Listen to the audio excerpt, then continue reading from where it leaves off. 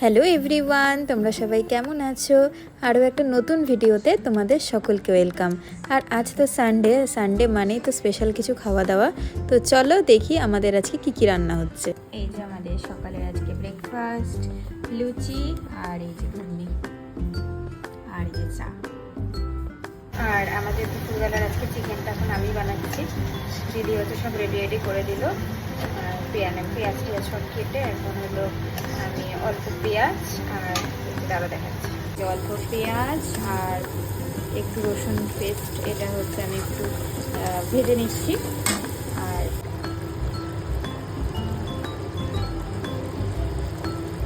Chicken মোটামুটি কষানো complete. এখন হচ্ছে আমি এই যে দইটা ফুটিয়ে রাখছি, এই দইটা একটু দিয়ে দেবো। আর আজকে আমার ক্যামেরা করে দেওয়ার কেউ নেই, সেই জন্য এইভাবে হাতে নিয়ে করতে হচ্ছে, কিছু করার নেই। দেখাচ্ছি চিকেনটা মনে হচ্ছে কষানো হয়ে গেছে।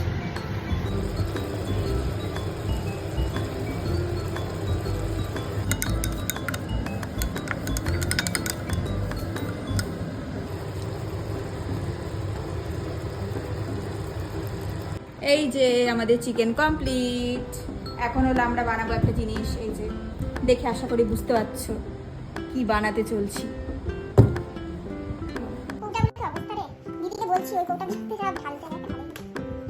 এই যে এখানে হলো গোবিন্দভোগ চাল আর আমরা বানাচ্ছি হলো এখন বাসন্তী পোলাও।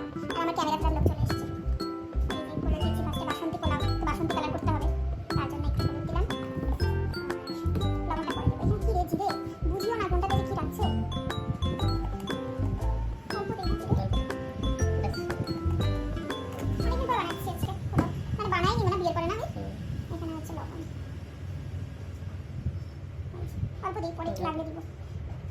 মেন যেটা দিতে হবে বেশি করে ঘি, এটা বর্ধমানের ঘি। এবার চামচ কই, আপাতত 1 চামচ দিলাম ঘি। মেখে নিচ্ছি। আর কি দিলাম, শাহি গরম মশলাটা দেবো আর চিনি একদম লাস্টে দিব, কারণ চিনি এখন দিলে না কি হয়, ওই যখন না যখন হচ্ছে ফ্রাই করবো পুরো তখন লেগে যাবে কড়াইয়ে।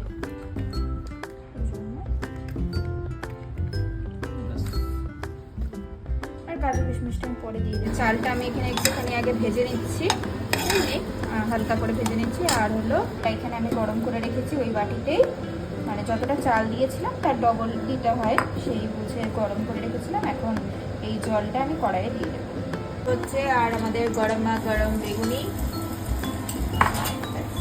এই হলো আমাদের আজকের লাঞ্চ।